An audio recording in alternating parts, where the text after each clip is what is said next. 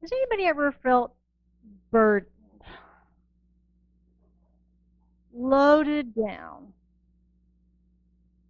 carrying a very heavy load? I always think of that song. I don't remember who did it long ago. He ain't heavy, he's my brother, right? Sometimes life is heavy, burdensome, problems, challenges, the world of effects, the world in general, the news, and everything that comes at us all the time. What if we could drop those burdens? What if we could transfer them? And that's my talk today. Transfer the load. It's based on an essay by our founder, Dr. Ernest Holmes, who is the author of The Science of Mind and also the founders of Centers for Spiritual Living. He wrote another book called Living the Science of Mind, and he's got an essay in there called Lifting the Load. And as I prepared for this talk this week, I was thinking about loads and what is a load. And we think in our emotional, I guess you would say, lives about the load, the burdens, the things that we take on as part of our mental process, right? Because a lot of the burdens that we take are burdens of mind, aren't they? They're burdens that we believe are there. They're very real to us because of situations, problems, burdens that we take on in our minds. But there's other sorts of loads also, right? There's the physical load. And as I was thinking about it, of course, many of you know I've been around the construction business for many, too many years.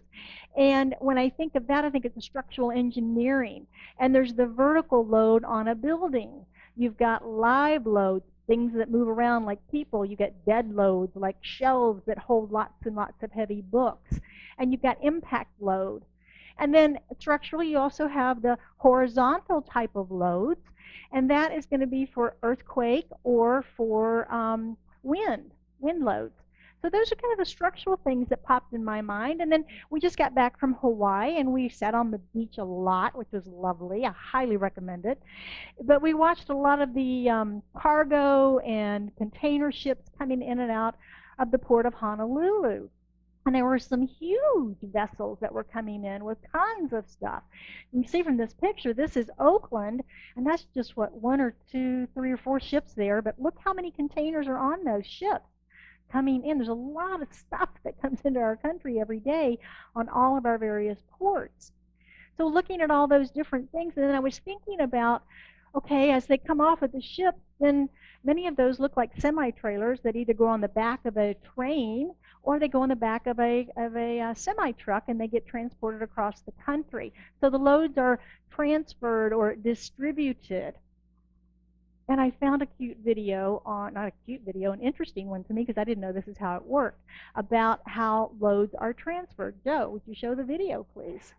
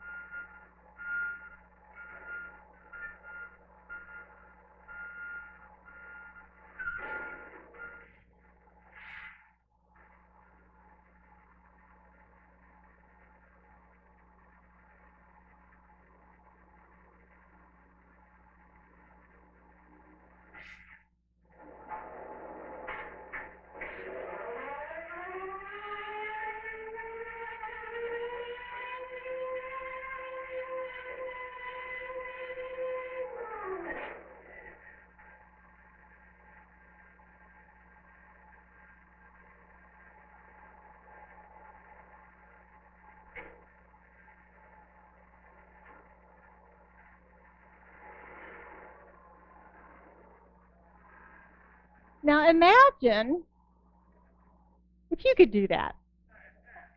Just transfer those burdens right away, right? Just back right up and let them go. Easy breezy. Off they go.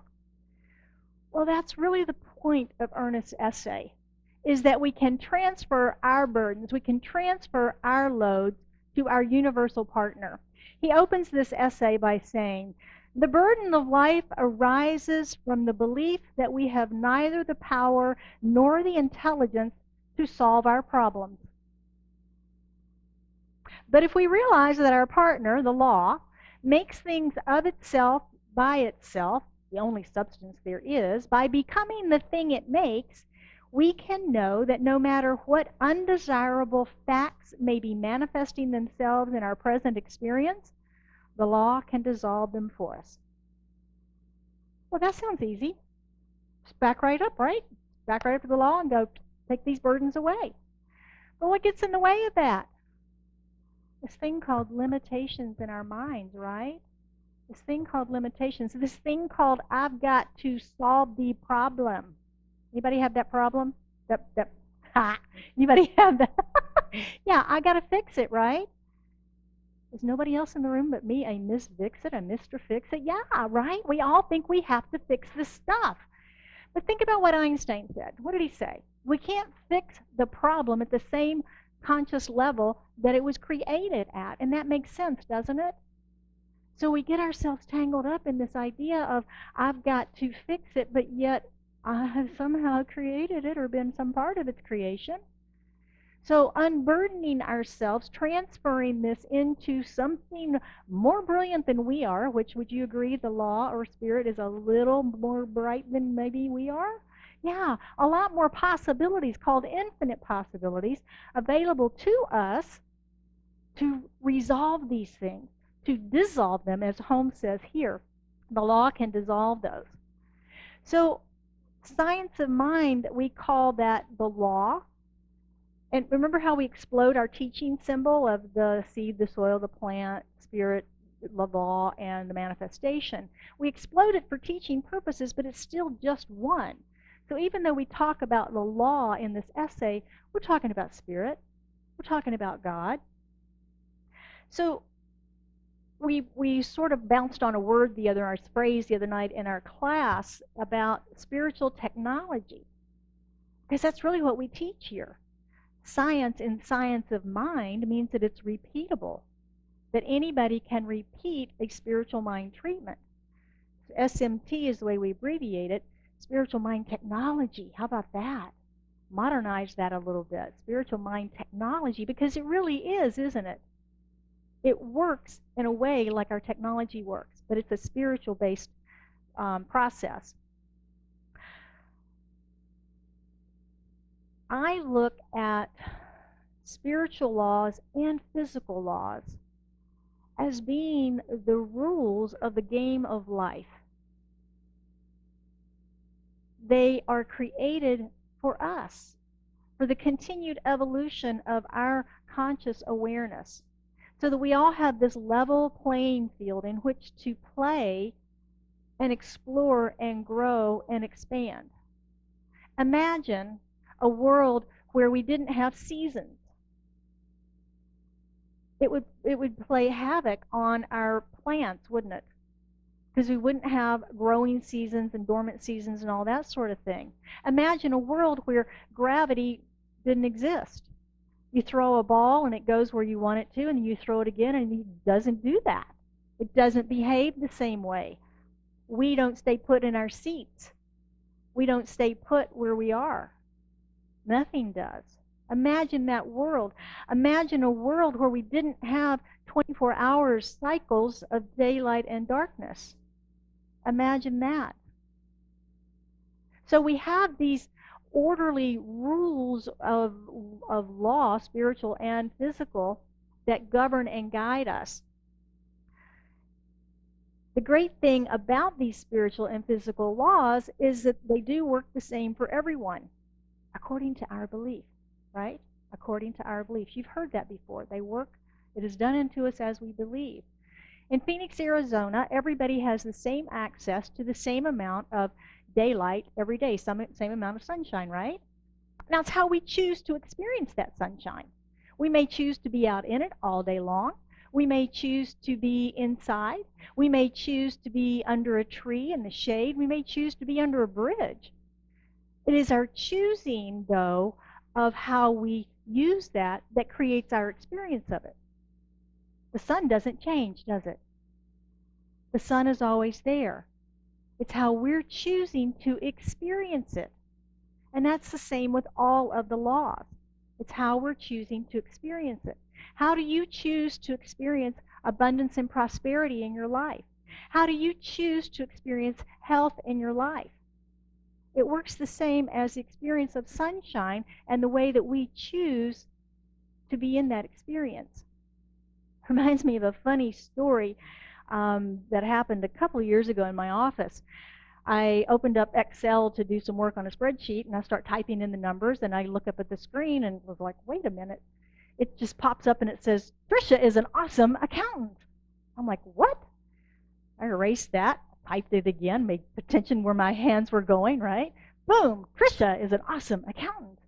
I'm like, what on earth? I've been hacked. Oh my gosh, who got into my system? How did this happen? I'm just beside myself. I call the IT department. Come on, guys, you got to fix this. I've been hacked. To get on my system, figure out what's going on here. Well, about that time, here comes Tricia, the accountant, laughing, belly laughing. She had gone to a workshop on Excel, and they had shown her how to code a command where it always popped up a certain way, and she thought it'd be really funny to put that on my computer, but put it on with her name instead of a numbers code. So we all had a big laugh about it. But the point is the same is true for us. We have coded our belief system over our lifetimes. So no matter what I was typing on the keyboard, what was going through the CPU, I'm probably messing that up for all my computer people, whatever was going through the machine was getting interpreted to say the other stuff. So the law is always giving, just like my fingers were giving the right information. The law is always giving as you're asking for it, but it goes through your code that tells it how to show up. It goes through your code.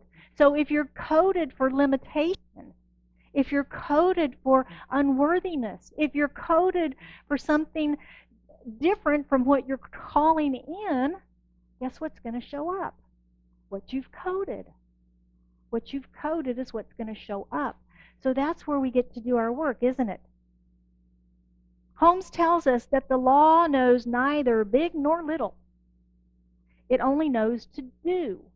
It specializes itself at our request and flows through our thought into performance. Now, the problem with that statement is that we know big and little, don't we? And we judge and measure everything. Big, tall, wide, short, good, bad. We measure everything. And we live in a world of contrasts. But just like I was filtering, the code was filtering my keystrokes, we filter the law through that measurement system that we've designed. So our word is the law of our lives. You heard that before? Our word is the law of our lives.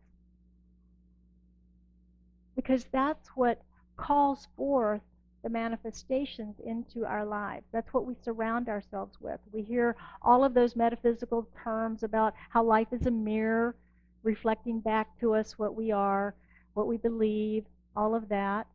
And that's all very, very true.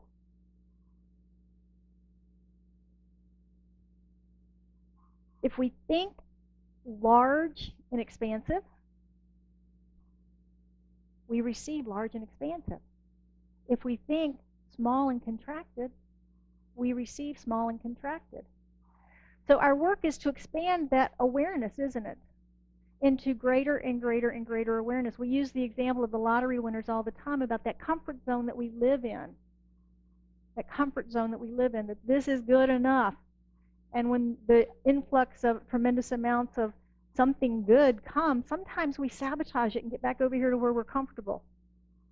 And if something bad happens and we get over here that's not the comfortable place, we work really, really hard to get back at least to comfort, don't we? So the way that we grow and expand is by pushing our leading edge, our growing edge. You may have heard that term before. Pressing our growing edge and gently growing into that, growing and expanding, growing and expanding. Holmes suggests in this essay that we remember our spiritual nature. And I was thinking about Ernest this morning as I was going through this, and some of his stuff admittedly sounds very Pollyannish, very optimistic, very blue sky. And yet when I think about his life and his times and the places that he lived and so forth, he went through World War II, and that was a very scary time in America. He went through that time. He faced reality. He faced a lot of challenges at the Founders Church in Los Angeles. He faced a lot of challenges in his life. He lost the love of his life, his wife, and he was heartbroken and devastated over that. And yet, he was able to always tap into this joy that we're talking about this month. He was always able to ride on his joy because he knew these principles. He knew his source. He knew this concept of transferring the load and the burdens to the divine. That he knew he had a partner in God in his life. And that he didn't have to solve the problems at the level of the effect. That he could turn it over to God and simply focus on what it was he would prefer instead. And sometimes we'll turn it over to God and then we check in. Hey, God, how you doing on that? Right? We call that digging up the seed, don't we? We plant the seed and then we go, is that good? Are you growing? What are you doing? We were talking the other night also about that sometimes it's our practitioners and ministers are thought to not be very compassionate because we don't follow up and ask you how your health is after we've done a prayer treatment for you. Well, we don't call you and ask you because we know it's done. We know you're healed. We know you're whole. We know you're healthy. If we call you and ask you how you're doing on that prayer, did my prayer work for you? What have I done? I just dug up that seed, didn't I? Roots and all. Roots and all. So we stay in that truth, and that's what you get to do also. Speak the prayer. Speak the affirmative treatment and know that it's done. Turn it over and allow your partner to do the work. Allow universal law, God, presence, essence, source, spirit to work on your behalf to bring forward things in your life that you feel like might be missing at this point.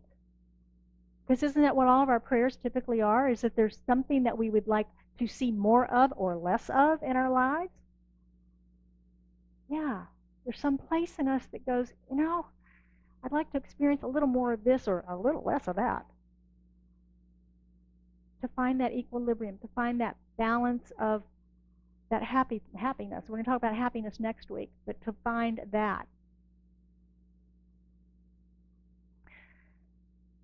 In Science of Mind, we teach that we have to become that experience that we're seeking to manifest. If we're seeking love, we must what? Be love. If we're seeking friendship, we must be friend, right? We must be that which we seek. And the same is true of joy. If we're seeking joy, to experience more joy in my life, anybody feel that way? I need more fun. I need more joy. I'm tired of hearing the news. I'm tired of whatever. We've all been there. Life feels hard and heavy sometimes. Holmes suggests when we've transferred the burden into the law and when we have consigned our own soul to peace, we shall have a new interest and a fresh outlook, and we shall be entering into the spirit of life, into the livingness of life, and into the joy of that livingness. Life is like this river, and we get to dive into it and have fun with it rather than being burdened by it. And that's the idea here, is to transfer the burden, anchor ourselves in life and livingness and peace. I'm not saying we bury our heads in the sand or anything like that, but I am saying that we look at whatever it is that feels like a burden, make a preference for what we would rather have instead, ship the burden off, back the truck up, send it off, and focus on what it is we want to call forth and what it is that we do want to experience. Complaining, like we said last week, complaining about what is hasn't ever changed what is, the situation or the person, right? It doesn't work that way. So rather than complaining, offload it and anchor in what it is you choose to experience. I choose joy. I choose love. I choose to be happy. I choose not to allow someone to take my happiness away. I choose to feel healthy. I may not feel healthy right now. I may feel like poo right now, but I'm going to anchor myself in, I remember a time when I did feel good. I remember a time when I did feel good. And I'm going to envision that. What was I reading today? I don't know, something I was reading that was talking about a study about people that were meditating and invited to visualize a time when they were very, very, very sad. And they videotaped the room of meditators. And what they saw was the physicality of the memory of the sadness in their bodies. They were slumping and bending over. Some were crying just from the memory of the sad event. And then they did the reverse and said, remember a very happy, joy-filled time. And they saw completely the opposite reaction. The body straightened, the faces brightened, the smiles widened.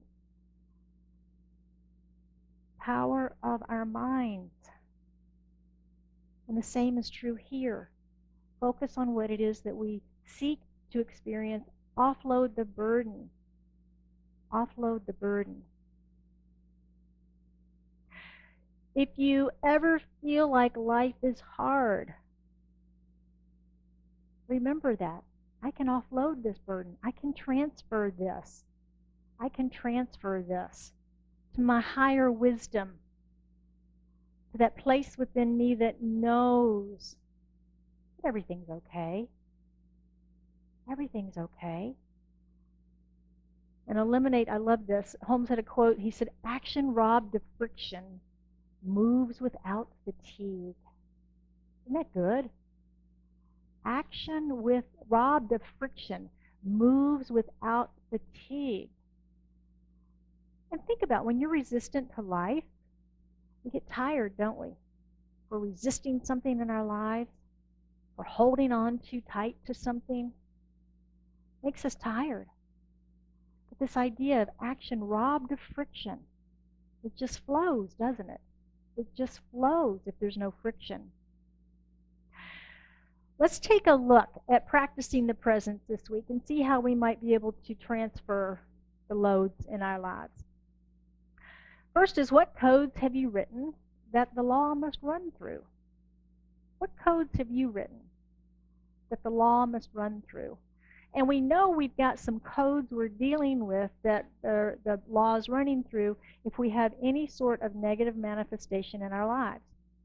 And we know that because it's mirrored back to us, isn't it? So what are those codes? Remember Zig Ziglar?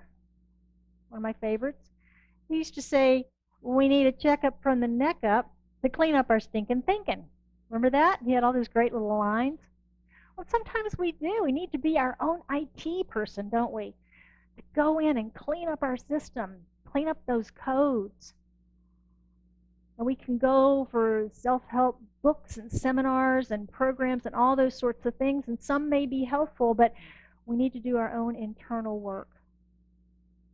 Be our own IT person and clean that stuff up from the inside. We're spiritual beings. Wayne Dyer said we were having a human experience. I believe that's true. And we've got spiritual technology available to you in this community. The practices that we teach, the spiritual mind treatment, meditation, visioning, journaling, affirmations, all of those tools that we teach are ways to help us clean up those codes, write new codes for ourselves, write new codes. The law doesn't know big or little, but we sure do. And we limit ourselves through that knowledge, don't we? Ernest said in one point that spirit doesn't know the difference between a mountain and a molehill. My dad used to say that all the time. You're making a mountain out of a molehill. And don't we, though? Don't we, though? Don't judge a book by its cover. My new saying is don't judge a bottle of wine by its label, because we've all done that, right? You buy a pretty label and you go, ooh, that's not such good stuff inside. But the same is true of people and situations. We judge, don't we? We see it and we go, ooh, pretty label must be good wine. Ooh, pretty book cover must be a great book. Doesn't always match up, does it? Ooh, that's a bad person. But ooh, they're not. They're a great person, right? Doesn't always marry up based on our judgments and our perceptions. So we need to expand our acceptance of the field of infinite possibilities available to us from which to draw. And the third one is work smart, not hard. You've probably heard that, work smarter, not harder. But is it ingrained in anybody else in this room besides me that I have to work hard? Yeah, right? We think we have to work hard to be worthy. Or is it a Puritan backbone or whatever that stuff is called? But we can work smarter. Action robbed of fatigue. Nope. Action robbed of friction. Action robbed of friction. Working hard is friction, isn't it? Working, giving us fatigue. Grease the skids, oil the hinges, and remove the friction and resistance to life using our spiritual technology. Allow the universe to flow through cleanly, clearly, to bring to you that which you are seeking. You deserve it. You're worthy. You're wonderful. And you are divine. Say that with me. I am worthy. I am wonderful. I am divine. So it is. So transferring the load is about leaning into God. Doesn't that sound good? Lean into Spirit. The universe is here to support us. Stop complaining about what is and acknowledge it and bless it. And then set your preference for what it is. Set your sails for the direction that you want to go instead. I want to close this today with a final quote from Ernest's essay. He says, the divine presence is already what you are. And it contains the possibility of all joy in living. You should not entertain any thought, person, or situation that would limit your experience of the good life. There is nothing in you that can separate you from the divine presence, but in many ways you are able to inhibit its flow through you. You get to choose those codes.